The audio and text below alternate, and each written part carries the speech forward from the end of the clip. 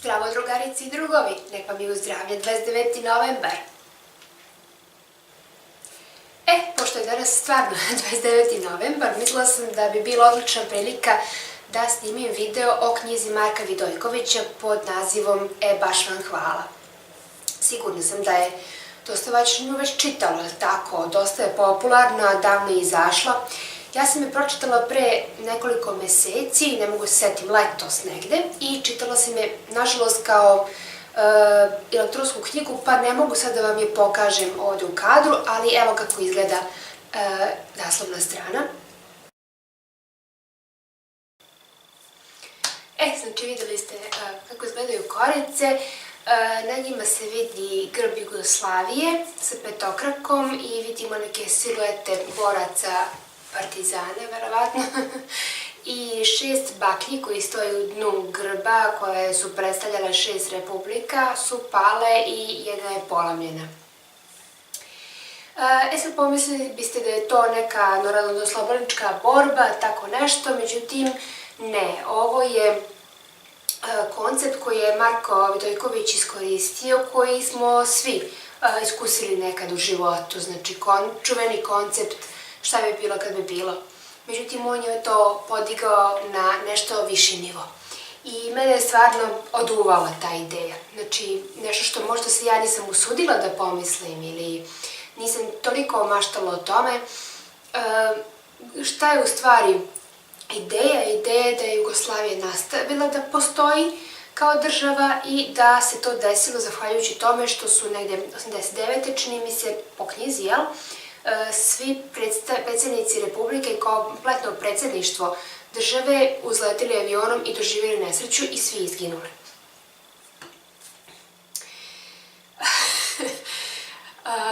Pa jeste stvarno, zar sad ne biste pitali, mislim, ako ste proživali svesno 90. zar ne biste najradije da ih zaboravite?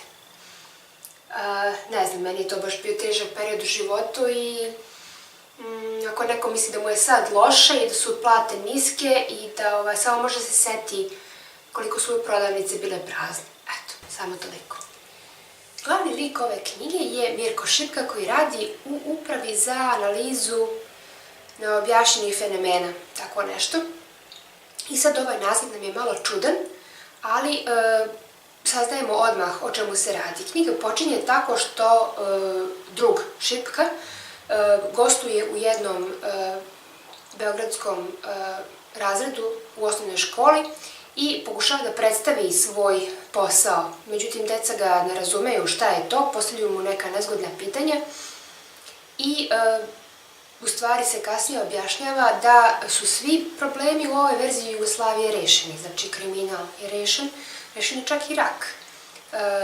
Rešeno je sve, tako da pojava vila, drekavaca i ostalih fenomena se javlja samo kao posljedica alkoholizma ili marihuane, koja je takođe dozvoljena.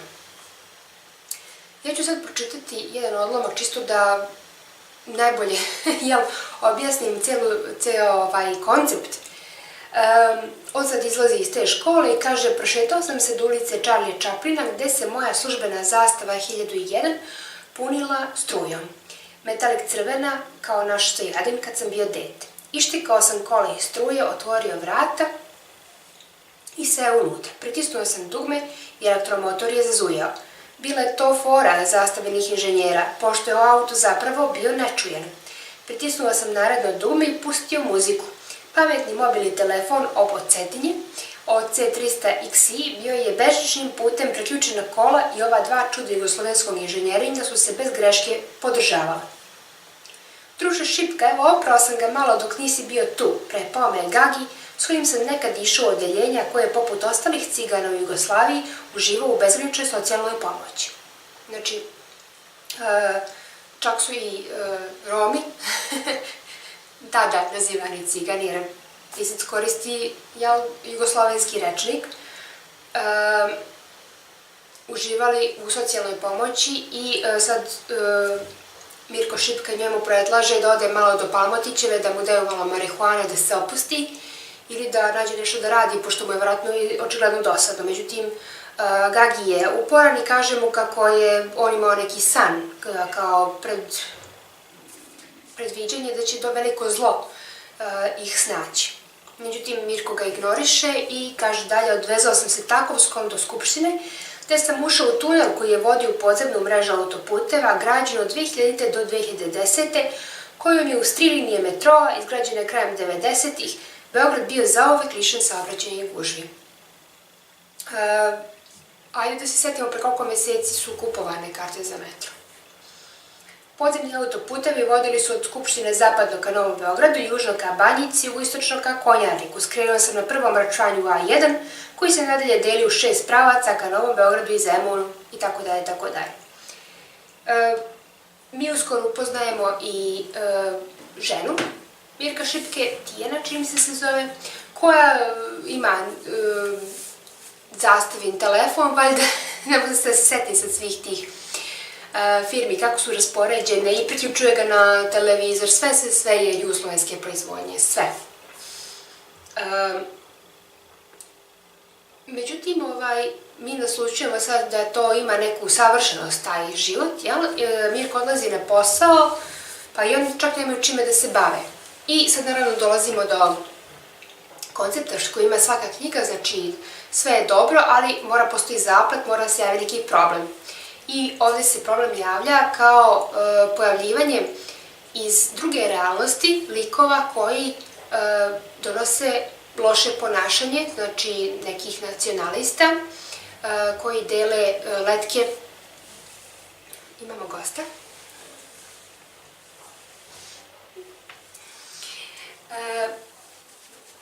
Moji bratanci kažu da je ovo partizanska mačka.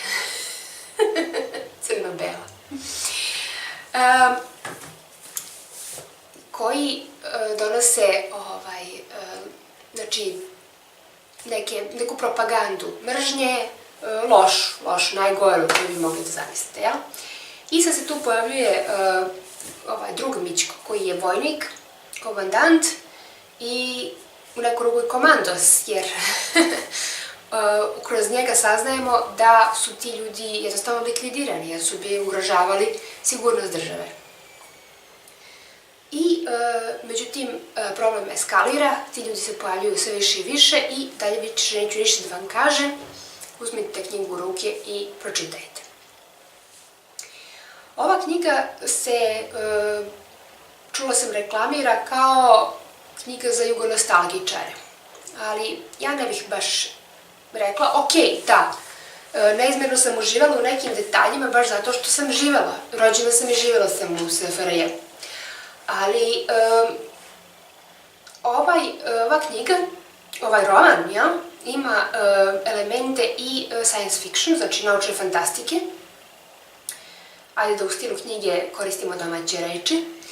I čak i detektivska, znači rešava se problem, rešavaju se misterije. Da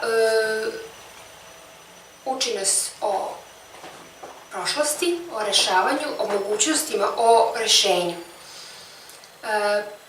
Kako znamo, istorija, barem su me tako učili u školi, ne služi samo da biste fascinirali druge ljude šta znate, koje su podatke i godine, nego da učite iz istorije greške koje ne biste trebali da ponovite u budućnosti. Znači, da bismo bolje živeli život, učimo na greškama iz prošlosti.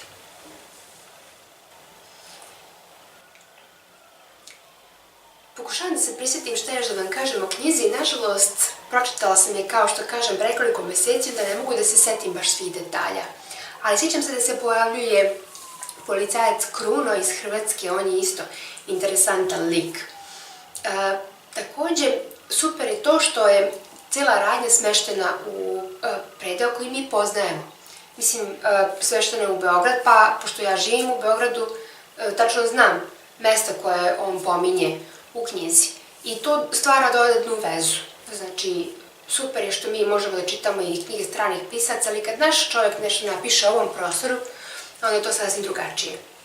I postoji dosta knjiga i filmova o 90-ima i ljudi su pokušali da to prikažu ili iskažu neko svoje mišljenje o tome, ali ova knjiga stvarno je drugačija od svega.